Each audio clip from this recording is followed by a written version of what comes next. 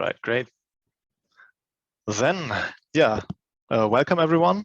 So first talk, as David has already introduced, is about getting a low cost and easy entry into the cloud. Now, where does this come from?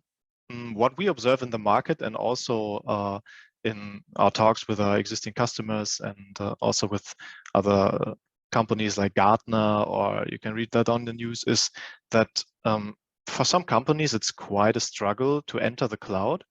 Most have an idea or a vision. They like this idea of going there and doing something and taking opportunity of the vast things that you could achieve with the cloud. But there are some hurdles that prevent them from doing so. So main things are there are new and different paradigms that you don't have in your usual on-prem world. Lots of things work differently. You have these software as a service offerings. You usually work with DevOps principles and infrastructure as code and so on.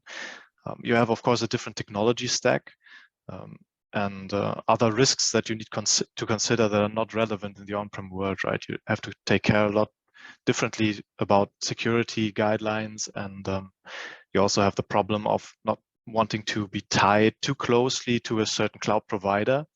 If you use all their native offerings, you will have a problem getting rid of them or switching to another cloud provider.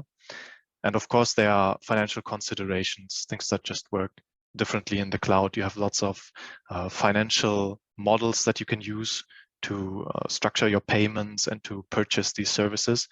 And all of this just, especially for small and medium-sized businesses who don't have like a huge team that can take care of digital transformation and cloud transformation and organize all these things and establish a way for this company to work through that. It's often hard. It's a big hurdle to do the first step. Once you have taken the first steps, it becomes way easier. You have established your guidelines how to deal with all these things, but the first step is mostly the hardest, let's say, and also the most daring to take. So the problem is mostly that these businesses are actually those who could benefit the most, because if you're a huge company, you just can take the investment and invest something up front for your digital transformation. If you're a small business, this will be a problem, right? You cannot just spend like tens of thousands of euros for your digital transformation, even if this would be beneficial, right? It's a huge risk to take. And with the cloud, you can actually go ahead and just take very tiny steps and don't make a big investment up front. And so that's why we think that especially these people who struggle would be the ones who could benefit the most. So what did we come up with? The Cloud Analytics Starter Kit, as we call it. So the idea is to have some basic guidelines and checklists and templates and code snippets and so on to enable the first step for companies that are struggling or even teams. And it's not a let's say competition to the frameworks that the cloud providers offer, because most cloud providers have their own frameworks, how they would allow people to enter the cloud and to support them with that. But what we noticed is that these frameworks are also like the cloud platforms themselves. They are quite heavyweight, and it is hard to really go through them, right?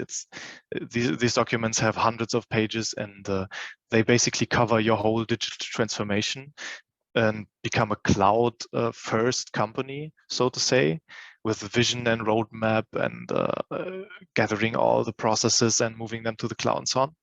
But the first step is still hard, even with these frameworks. They offer very good guidelines if you want to do the full transformation. But for the first step, these are just as, let's say, intimidating as the platforms themselves. So this is why we think there's a little gap here that we would like to fill. And our starter kit is meant to do that for you. And we think that analytics is a good way to start this. Why? Because if you shift operational workloads, right, this prevents that this offers a risk for you, because if your daily business depends on your new system that you have established in the cloud and you don't have much experience, this is of course not a good idea, right? But if you have a nice analytics use case, maybe even with some machine learning that you would want to do, or you just want to lift a little bit of your reporting as a first step, this is of course a little lower risk than pushing operational workloads. And even a small analytics solution, especially if it's a new one, can give you already some value to your company that you didn't have before, right? Now, in general, how we would design such a platform, always, not just with the analytics starter kit, there's a handful of principles that we would like to follow, just to be future-proof, to do, let's say, to build a good system in the end. So first of all, this system should be minimal. If you want to take the first step, you wouldn't want to build like a huge platform with everything in it. You would want to start with a very minimal setup that just satisfies a given use case and nothing more, because it's just meant to take the first step and get in touch with the principles and the ideas and to get some first experience. Of course, the components of the platform should be decoupled. We also call this like orthogonal design, or you could say the modules are implemented in a shy way, so they don't present too much of their inner workings to the surrounding modules. This enables then scalability and of course extensibility. So, or you could just switch one component for a different implementation. If you have built, let's say, the ingestion in one technology and you have a nice and decoupled design, you can just switch it to a different implementation on another technology, for example. On the other hand, it's of course meant to be secure. This is a basic and foundational thing that is always important and relevant. Of course, we want it to be low risk for our customers. So no big investments, no big commitments, just being flexible to opt out anytime and just stop the whole thing and say, all right, this cloud thing is not for us, if you have gained some experience without having made a huge investment that is then lost without any value. And with these principles and the setup that we have chosen will, in any case, enable everyone on the company who's involved there to be on board, right? It's not just the business case owner, but we will also take your IT departments, the people who will have to support the solution in the end, the IT sec team and so on. So we can involve everyone from the start with this small solution. And in the end, if you want to take the step and really go cloud first for all your systems, you would have taken the first step and everybody is already on board. Now, how does this thing look like? If you have seen conceptual diagrams of data platforms, this will be familiar to you. So of course, because they all serve basically the same purposes and therefore they need the same parts and the same components. Now to take a look in detail to each of these. First, we have our ingestion module, which will just read and write data. It will just get the data from your source systems. Mostly these are on-prem databases, maybe your ERP or your financial systems or HR system or whatever you would want to use for your use case where you have your data that you need. But it doesn't do anything more. It just gets the data. It doesn't do any transformations. It doesn't do any historization because probably you won't need that for your first use case. This is just to acquire the data in the first place. Then we have the storage module, which is the persistent layer. Everything that we need for the reporting or analytics case that you want to build will be persisted here in this place. And this is designed to be as cheap as possible, and therefore it will be not as flexible. For example, we would not want to use like an analytical database or something like that. Why? Because these things are expensive, and I don't think that for a first and lean use case, you would need like a full-fledged analytical database. You would just want a place to persist your data, and concerning the access, there's a different module that will take care of that. Then, of course, we need some place where the business logic is held and implemented. So the transformations, the calculations of KPIs and so on. And this is the transformer module. It basically takes data from the storage and transforms it according to your business rules and writes it back. For a first case, we expect that this is also a very lean thing. There will not be too much logic in there, right? We have a visualization module, which is there as a standardized way to consume the data for your end users. So this is basically predefined visualizations of your data. This will be charts, might also be predefined reports. And the important thing here is that this is not too interactive. Depending on the tool that we will use, this will be more interactive or less interactive. But the main idea is to have a, let's say, mostly predefined way of showing things.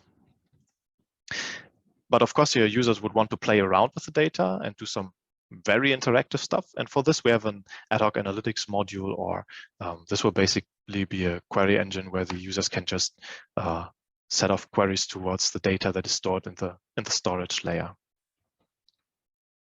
Now, this was the conceptual part. As an example, just so you have an idea what tools we would use. If you have taken a look into the cloud technologies, you might find some of these as familiar. So if we build this on Azure as an example, and we would want to use the native services, we would use the Data Factory service for ingestion and transformation, because this is the basic data transformation ETL service on Azure. To persist the data, we would use Azure Data Lake Storage Gen 2, which is the object storage of file storage of Azure. We would not use a relational database or analytical database for a simple reason, because with a database, you would pay for every second that this database is running. And these databases are quite expensive.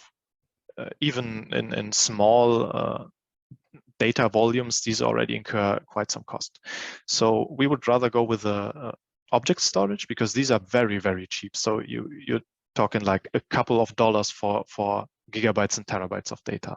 This will be definitely the minimal amount of cost you could have for any storage. But on the other hand, you want to have some schema, and you would want to use SQL like you are used to from your, maybe if you have some analysts already, they would want to use SQL as they're used to from the relational databases that you might have already. So we will use a query engine, which is in Azure, the Azure Data Lake Analytics service. So this offers you a way to access these files and write queries and define schema on the storage, on everything that you have in the storage module. And for the visualization, there's a standard solution by Microsoft, which is Power BI. Actually, Power BI Desktop is free. You can just download it and play around with it.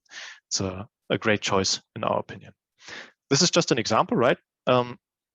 We are a cloud agnostic company, so we are not preferring any cloud provider over another. I'll get to that later a little bit, but just as an example implementation.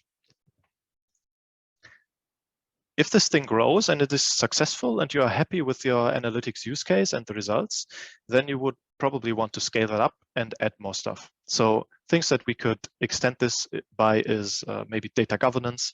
If you want to have data lineage, you would want to know which KPI is influenced by which data set and so on.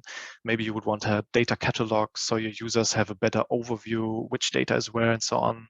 Or you have some streaming data and you would want to push that through the analytics solution. Or maybe you would want to have a more elaborate machine learning use case or something like that. Then you could just build like a module for that on top of this platform and extend it. What I touched on before, of course, a big step in the first steps into the cloud is a choice of the cloud provider. In general, there are no really bad or, let's say, good providers per se. It depends on your use case and on your existing relations and so on. So just some ideas where we could approach this problem and how we could support here is we could leverage, of course, existing partnerships. If you have, for historical reasons, some strong ties to maybe Microsoft because you are using SharePoint and Exchange and maybe even Power BI already, then it would, of course, make sense to get into discussion with them about their Azure services. Or if you have some stronger ties to Amazon or Google or for whatever reason, maybe you are an SAP-driven company and all your systems run on SAP, then, of course, the choice of the cloud provider is let's say, has a bias in a certain direction. And we could also leverage some current funding that's going on. So the cloud providers, of course, are in a very competitive market right now. And each of them tries to acquire as many new customers as possible. This means that if you want to join the cloud, and you approach the providers and you ask for it, they will definitely offer you some kind of startup or, let's say, kick-off funding for your first use case and stuff like that. So this is also something that we could leverage for a first use case. Later on, when the solution is running and you would want to scale, of course, you need to see how you manage your cost, and just some basic points on that. With the first use case, especially if it's small, it might even fit into the free tiers of the cloud provider. So they offer for, if you join the cloud and you create an account, they will offer you like a couple of free credits, or let's say capacity on several services that they offer, with a limited cap. And if you reach that cap, after that, you will just pay for what you use. But these free tiers are actually quite good. And if you have a small use case, it might even fit completely into the free tier. We would then have to adjust some things in terms of choice of service and so on. But because these free tiers are also evolving, they're not stable, right? They change things over time. So we would need to adjust some stuff. But in general, it might be that your first case just fits into the free tier and you don't pay for any cloud consumption at all, right? In addition, of course, if you know your workloads and you know how much data you will process, you can commit and reserve like workloads or compute power, and this will save you a lot of cost. So if you commit to, let's say, 2 years in the future, then you will pay a lot less than if you'd use the pay-as-you-go model for the same service. So you could save up to 75 or 80% with that. If you have a big workload in a certain area, then the cloud providers offer discounts. So if you reach a certain threshold in terms of, let's say, compute that you want to have from the cloud provider, then each unit of compute will cost you less, right? There are these kinds of discounts that you can leverage if you know your workloads, of course. And you can move your data between different storage tiers. So if you have data that is very seldomly read or written to, or maybe you don't have strong requirements in terms of access time, so you could wait like 5 minutes for the data to be ready because you're just calculating the report once a day, then you can just move the data to a lower frequently accessed tier, which will be a lot cheaper, like a lot. We're talking like 1,000th of the costs, and the cost for storage are even low in the first place. So this is also some things to be considered here. Now, what can we contribute? We as a company, we of course have done lots of cloud projects. We have built data platforms, big platforms, small platforms, and implement lots of use cases. So we have a lot of experts in the company that can handle all these areas. This means we have the data engineers who build the pipelines. We have the DevOps specialists and admins who can handle the infrastructure part and the setup of the integration, maybe with your existing Active Directory that you have in your company. So you can just reuse your groups and users and so on. These people also offer managed service, right? We have a team that could take care of your infrastructure for you completely, so you don't have to care at all about these things. And of course, project managers, business analysts to drive the requirements and the projects forward. We have established partnerships with all of the big cloud providers. So for example, for Microsoft, we are Gold partner. So we have access to certain benefits and also certain support from their side that we can pass on to our customers, of course. And what you just saw, this Cloud Analytics Starter Kit, is basically one example of a small framework or with some templates and so on that we build in our internal labs. We have much bigger frameworks for full-fledged data platforms that support multiple use cases and user groups and so on, with different value streams in them and so on. And in our internal labs, we also do POC. So if you say you wouldn't want to set up any cloud infrastructure at all, then just we can do the POC in our labs. And we have a global presence and also multiple locations in Germany. So we can also be close to you at any time. Just visit. So overall, if you want to take the first step, if you have been frightened, then just contact us and we can set something up and get going.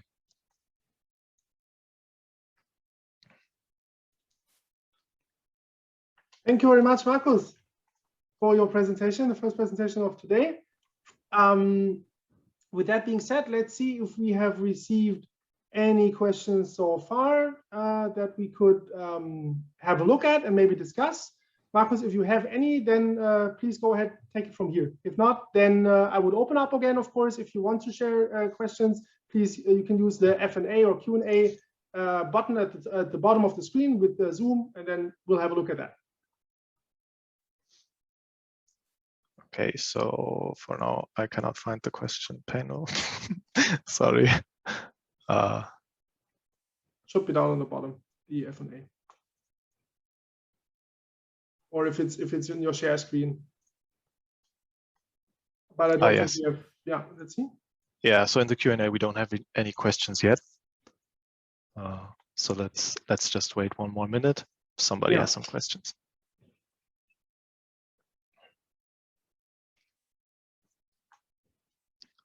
Okay, right now, people, free advice for you. Yes. Yes.